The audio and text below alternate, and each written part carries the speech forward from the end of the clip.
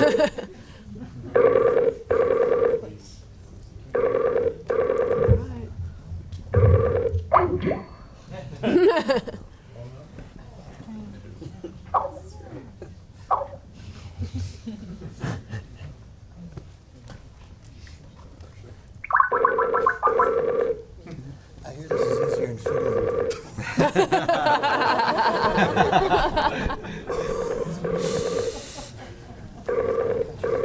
He's illegally downloading his own film. That was the best line. Come on. All right. Hey, Yes, sir. we are here. We're ready. Hold on one sec. I can't, waiting for the video to come in here. Sorry about that. You turning it on? Okay, great. All right, so should I go get Mr. Moore? Please do. Okay, is everybody's there? More, we're still not satisfied.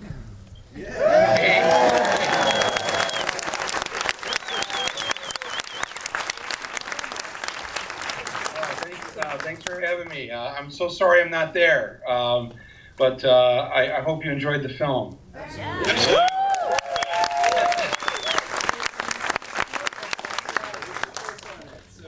Oh, I'm sorry about that. I've been a big fan of yours for many years. I still have an 80-cent check from a Sundance screening back in the 90s. Oh my God, yeah, I remember that. Yes, we were paying people Mexican wages. Okay, so I think we should just start with the genesis of, you know, what led you to want to make this film? Well, I've thought about this the issue of why do other countries do these things that seem like better ideas than the way we do it. I've thought about that since I was 19 years old, and I took the summer and got a Eurail pass and a youth hostel card and went to Europe for 2 months and just backpacked around and just saw things. I'm thinking, God, that's such a good idea. You know, I would go, and sometimes it was just a little idea. I thought, why don't we do that? And so over the years, I've always had this, why don't we do that? That seems like a smart idea. And then when I got stopped on the street, I was in Washington, D.C. a few years ago, and for some reason, the Minister of Education was there going into the hotel that I was coming out of. And she stops me and she says, you know why Finland is ahead of the United States in education? And I said, no, why? We got rid of homework. And I thought she was like pulling my leg. And then she told me the whole study that they did and realizing that students do better when they're happier. What a concept. And it's like, so I'm assuming a lot of the students there who are watching me right now, so when you were in high school, you know, the fact that you were up at 10 or 11 o'clock at night or midnight doing homework, I am here to tell you that in my generation, your parents' generation, none of us, if we were up that late, we were up to no good. That's what we weren't doing homework. And it's just crazy. It's so much crazy making going on in this country. That's a small example, but so I've thought about this over the years, and I just thought, you know, it's time to make this movie. And what I said to the crew was, I said, what if we made a film where it's about the United States and it's about all these problems that we have, but we don't shoot a single frame of the film in the United States. It's all about the U.S., but we talk about the U.S. by showing what others do and how they do it. So that was the original conceit of the film, and and then it came together pretty fast because we had a plethora of countries and things we could go to show, you know, what they do. I want to just ask about the education segment, because I feel like one of the issues we have here in this country isn't just homework, but it's also this incredible competition for placement in universities where students are doing way too much in terms of extracurricular work, things with clubs, and having to, you know, sort of do all of these other things. Did they have an approach to that was particularly different? Yeah, the high school students don't worry about that because as long as you do well in school, you know, get decent grades, you get to go to college, and you get to go to college for free in most of those countries, or next to free. You know, it might cost $500 a semester. And in Finland, for instance, like USC would be illegal in Finland.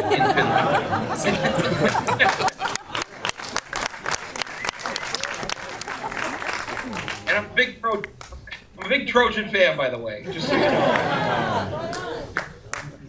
In the interest of full disclosure, my high school band director was a man by the name of Arthur Bartner, and he has led the Trojan band now for like the last 30 years. And that was my high school band teacher back in Michigan. So I'm there with you. But in Finland, USC would be illegal because it is you cannot charge tuition, not just for elementary school or high school. You can't charge tuition for college. So that means there can't be a private college. And I said to the minister, I didn't put this in the film, but I said to the Minister of Education, so, you know, but where's your Harvard? Where's your USC? You know, where's your Stanford? Oh, sorry, didn't mean to say that. And then she says to me, You really asked where's your USC? No.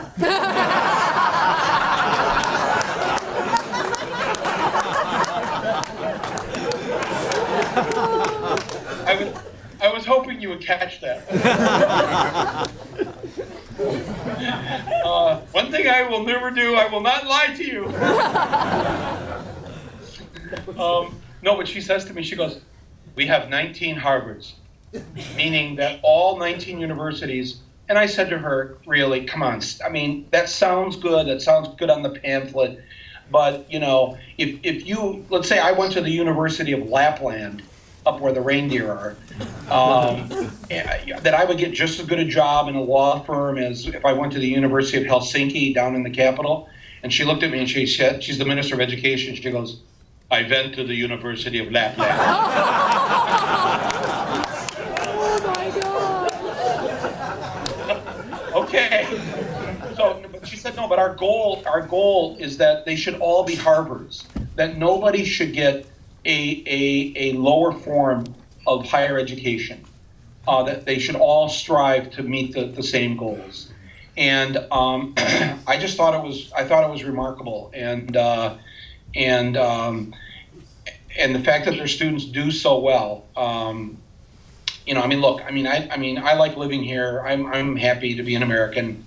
I wouldn't want to live in Finland. You know, the creativity and ingenuity and whatever that American thing is that we've got that drives us in a good way for the good reasons that we do. I mean, we're able to create a lot of things here. We invent a lot of things. Finland has given us Angry Birds and Nokia. That's about all you're going to know about Finland. So I'm not saying we turn into Finland, but I really think that, especially if you're going to USC, even if it's a private school, the fact that you are paying, I would think, either the highest tuition in the country, if not second highest, next to NYU.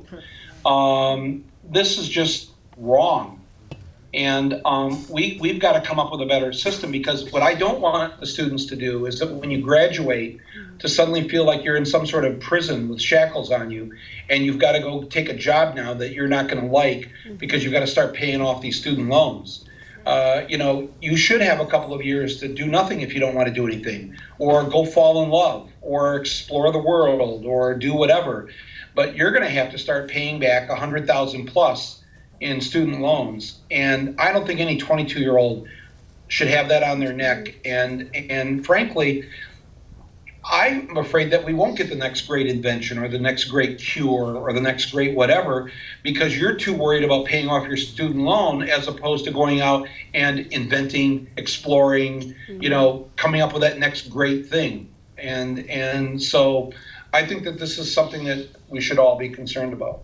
It seems to me also that this problem is rapidly escalating, because I'm 36 and I had manageable student loans, but people that are just 12, 13, 14 years younger than me are in exponentially worse situations. So, Right. I'm curious. Yeah, no, I think it's going to, students are going to have to revolt about this. You're really going to have to stand up and fight back.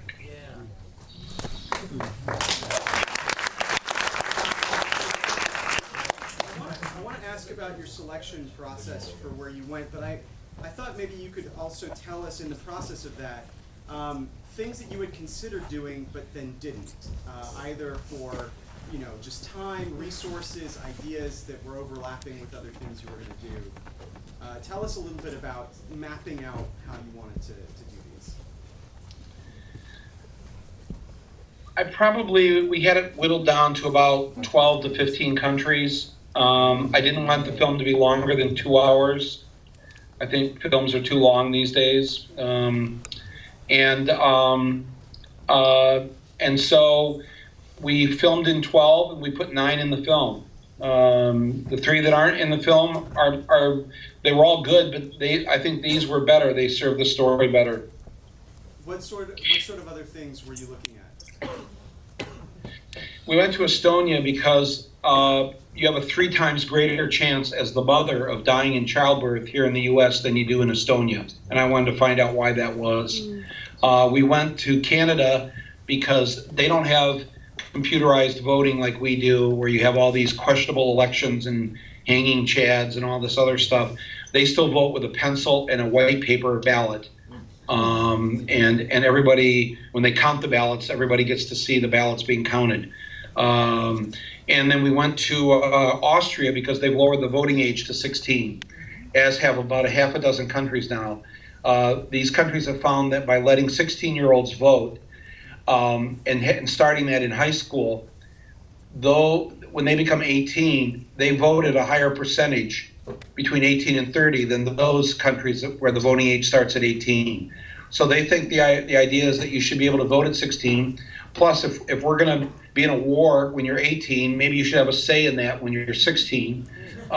So I thought that was such a cool idea. And they've actually elected some 19 and 20-year-olds to parliament there, and we followed them on their skateboards on their way to parliament. And, they're sitting there in parliament with their hoodies on, and I just thought it was kind of cool.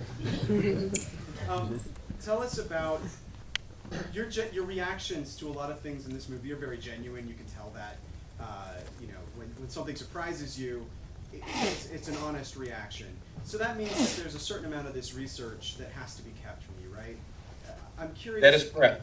I'm curious to know how much, what is the research process for you? Because you need to select the countries based on ideas you want to explore, but then not know everything. Yeah. Right. I start with the idea, hey, I heard in France, that the lunchtime is an hour and they feed them really well. So I kind of heard that, or I know it. And then the producers and the field producers then take that and they go to look for the people, and but they know not to tell me really anything, and because I don't want to know anything. I want my reaction to be real. So when they tell me that the honeymoon is paid for, when you see the what the fuck look on my face, it's really a what the fuck look, because I'm hearing it for the first time. But I think it's a better movie for you and the audience, for me as your stand-in, so that you can sort of kind of viscerally, vicariously react through me, because I'm having the response to them at the same time you're having it right now when you're watching it. And I think that's a much better way for me to connect to the audience, is if I make myself one of you, as opposed to I go in all knowing and then they say, yes, our honeymoon is paid for. And then I go, what? I see, I'm not a good actor. What? I like being, I think it's best that I'm surprised, and we don't have the end of the film in mind when we start, so that we can change things or do something differently or move in a different direction. And never intended to end at the Berlin Wall. The only reason we have that footage at the Berlin Wall is because my buddy and I, we were there filming already in Germany for the movie, and we hadn't been there in 25 years, and we thought it'd be cool to go back there, and we were just going to have a little video for the grandkids to look at years from now. And that was the only reason we were even there. It was not intended to be in the film. So, but that's the way, because I allow a very loose process and do not have my mind made up what the end is going to be before I go into it, it allows us to be a lot more relaxed and just kind of, explore and see what happens. I'm curious about the filmmaking structure in sort of the way that you present the countries in a sequence. Was that chronological, or how did you play around with the way you wanted to tell it? Yes, no, it's not chronological. No, we did. That's not the order we went in when we filmed it.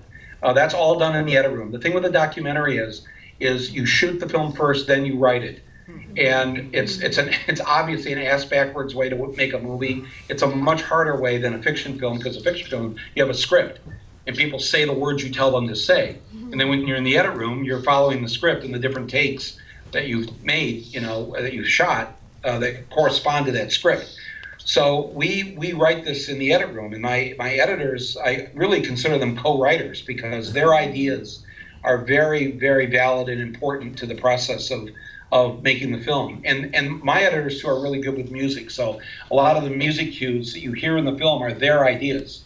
And so I'm really lucky. But I've worked with two of the three in this film. I've worked with them for going back to Bowling for Columbine. I'm curious about the decision to remain very positive about the things that you're presenting, because, and you mentioned this at the end of the Italy sequence, that every country has its problems. At what point in the filmmaking process did you really want to sort of shield the things that you were going to feature from the sort of wider context of those societies? And I say that because in particular something like Italy has like a stagnant economy and low employment for young people.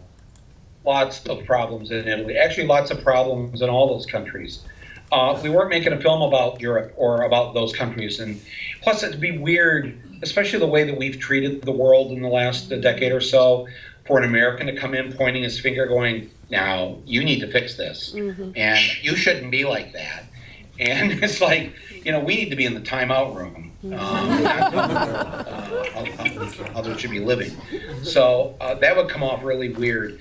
I think it's just what I said it is. It's like, I wouldn't want them to not take a good American idea, and we have many of them. I wouldn't want them to not take one of our ideas, because we literally have a mass shooting now every day in the United States. There's an average of more than an average of one mass shooting, meaning 4 or more people are shot every single day in the U.S. And I wouldn't want somebody there going, well, I'm not using this iPhone, that comes from America because they got a mass shooting every day. Well, that makes no sense. We have a lot of problems in the U.S. We have a lot of great ideas. They have a lot of problems. They have a lot of great ideas. They can use our iPhones and not shoot everybody. And we can take their good education ideas or criminal justice ideas and leave behind the stuff that we wouldn't do, that they're doing wrong. You're such a recognized global icon, and I'm curious how that has maybe changed your process over the course of the years making movies, because as a documentarian, you have to sort of seek the truth, get honest reactions, things like that. When making this film, was that a benefit? Were there obstacles because of it? It's usually a benefit, especially overseas. But I also want to get my film done, and I don't want to be recognized. And we wanted to make this kind of quietly, so I figured, well, I'm not going to wear a disguise. I need my glasses. So my other choices were to lose 80 pounds or grow my hair long. I think it worked. Congratulations. I'm going to open it up to audience questions, and I'm going to just turn the computer around so that you can see the audience as opposed to Great. disembodied applause. Mick.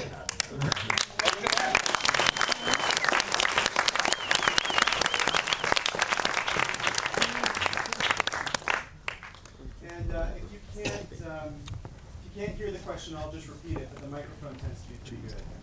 Okay, sure. Well, you've got old people there too. Yes. Yes. You showed us a number of different countries and what they're doing right. At the end, you give us the hammer, chisel, done. How do you get from what we're doing so wrong to hammer, chisel, done?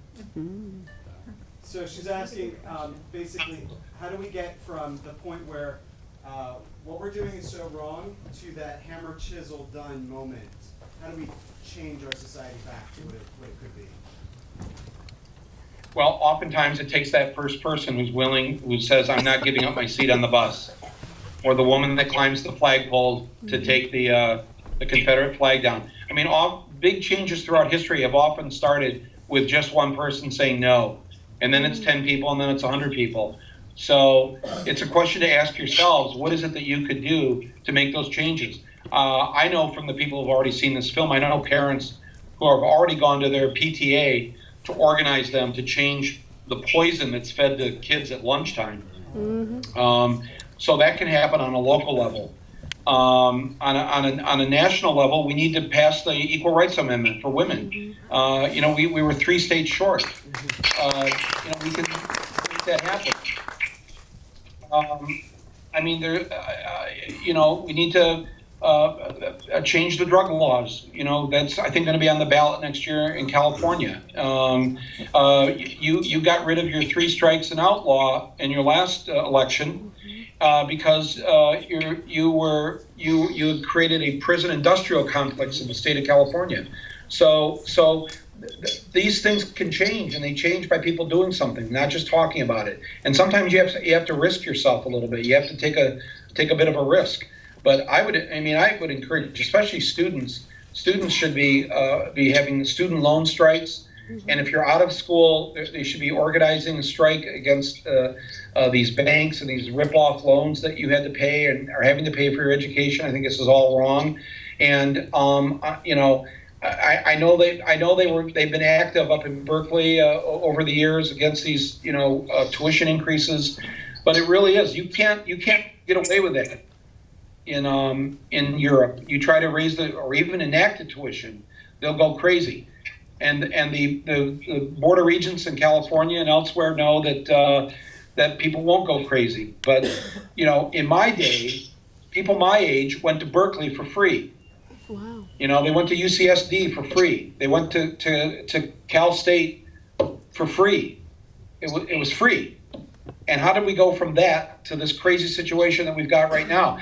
Do you think that we got a lousy education? Do you think the professors were like they got them at a dime store or something because it was a free education, so we had lousy professors? We were having to share one textbook amongst 20 students. Do you think it was like that? No, it wasn't like that. We got a great education. Everybody in my generation got a great education. This is a big ripoff that's going on, and it will only stop if the people who are being ripped off, that being you, stand up and do something about it. Yeah.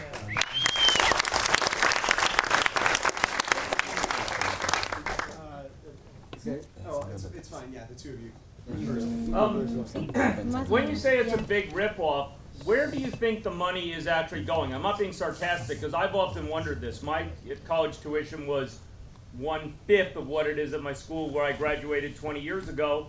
The only thing they've done is add 30 buildings, but the same number of students, same number of teachers. Where did the money go? And that's always puzzled me.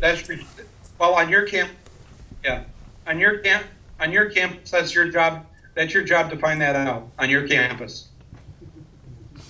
Believe me, I'm already thinking about the next film or 2 films down the line, because I believe I could make a documentary showing this ripoff. That's just another film, though. I hope you do.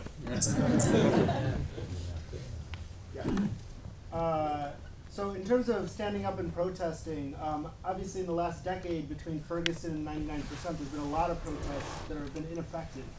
So why do you think these protests are so ineffective in making change? I think protests are very effective, and I think that Ferguson and Black Lives Matter and the whole thing that with gay marriage, all this stuff has resulted in change. I mean, the mayor of Chicago is ready to step down. I mean, you can't get away with this anymore. Thanks to the internet, thanks to social media, thanks to your generation. And remember, look at those protests that have been going on. It's your generation. It's young people. It's people between the ages of 16 and 35 that are pushing this.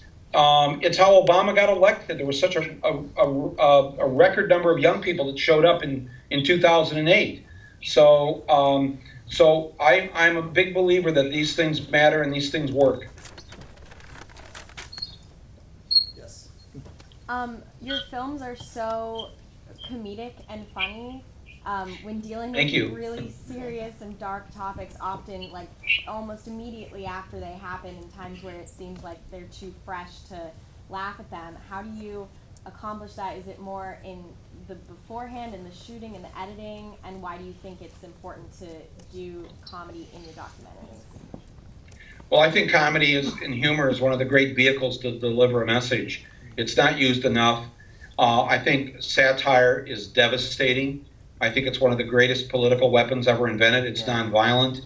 And I think people would like to laugh a little bit. And I don't think documentaries should just be medicine. You're trying to shove people down their throat.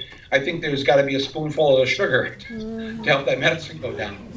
And so but I'm that way naturally. I mean, when you see, if I'm that way on the screen, it's just that's how I am in my daily life. I mean, you're seeing me now, not in a movie, but just this is me. I don't think I seem that much different, do I, than what you just saw on the screen. I'm pretty much the same person. But in the edit room too, we have a lot of time to have some fun and to come up with funny lines of narration or music or juxtaposition of scenes or whatever. So I'm a big believer that humor is a great political weapon and a great source of healing. Can I actually ask you quickly about another part of the documentary process here, which is your editing of archival footage, news footage, and things like that to create juxtaposition. First of all, tell us, once you have that in sort of script form, how are you researching these things, and when does that really come together? The archival, in this case, came together later because we were committed to not shooting anything in the United States. So the only footage you see that's in the United States is news footage that we went and got. We didn't film anything ourselves. So, but the archival stuff is very important in my film. The archival producer has a front end credit at the head of the film because that's a very important person in my movies. I mean, I've done this for a long time. There was a film in the 1980s called The Atomic Cafe. It's all archival footage of the nuclear scare era of the 1950s. And so I was inspired by that, and I've always thought there was a creative way to use archival footage, and I've always done it. Do you have any tips for people who might want to make something like that in terms of the rights to use footage and actually obtaining it? I don't think you should ever worry about that when you're making a film. Don't worry about the rights. Don't worry about the copyrights. Don't worry about this stuff. You're on a mission. You are to make your movie. And you are in the French Resistance.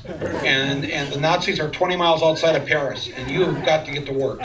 There's no time to be messing around with these bullshit copyright laws. The founding fathers intended the copyrights to last for like 7 or 14 years, not 100 years. And I believe that I'm against these copyright laws. I believe initially a film should be able to make its money back and pay people and all. I'm all for that. But after that point, I mean, I just think as soon as I'm able to get my films back, I'm going to just make them available because I actually, whenever a film one of mine gets put up on the internet, I never seek to take it down. So, I mean, I think you should see it at a theater. I made it for a big movie theater. I made it for you to see on that big screen. But I don't ever think information should be not shared. So if you find footage you want, use it. What are they going to do? You're a 20-year-old student. You know? There's a song you like, put the song in. You know?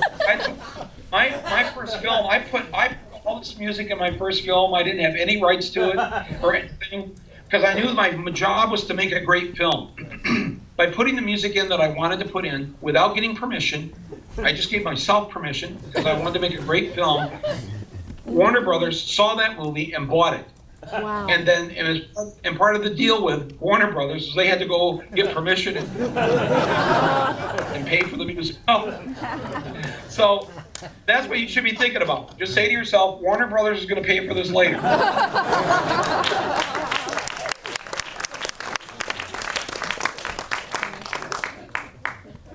Okay, generally speaking, what is the best advice you'd give a young film student who's trying to make documentaries in their future? What's the best advice you can give young film students who are thinking about making documentaries in the immediate future? Sound is more important than picture. Seriously. If you're a film student, whatever they're teaching you there, I'm sure they're teaching you this, but please make sure you invest properly in your sound. The audience will forgive the picture. If it's a little out of focus sometimes or the camera's jiggling or whatever, you know, the audience has learned to deal, it's okay. If they can't hear it clearly without having to work at hearing it, you're doomed. So it's the sound that carries the story, not the picture. So you've got to really make sure you've got great sound. That's the one technical thing I would say to you. The other thing is that if you want to make documentaries now, you just make them from your heart and don't make the same old film you've seen on PBS or HBO or whatever. Make something that's dangerous. Make something that's subversive. Make something where when you tell your friends you're thinking of making a movie about X, they go, whoa, no way.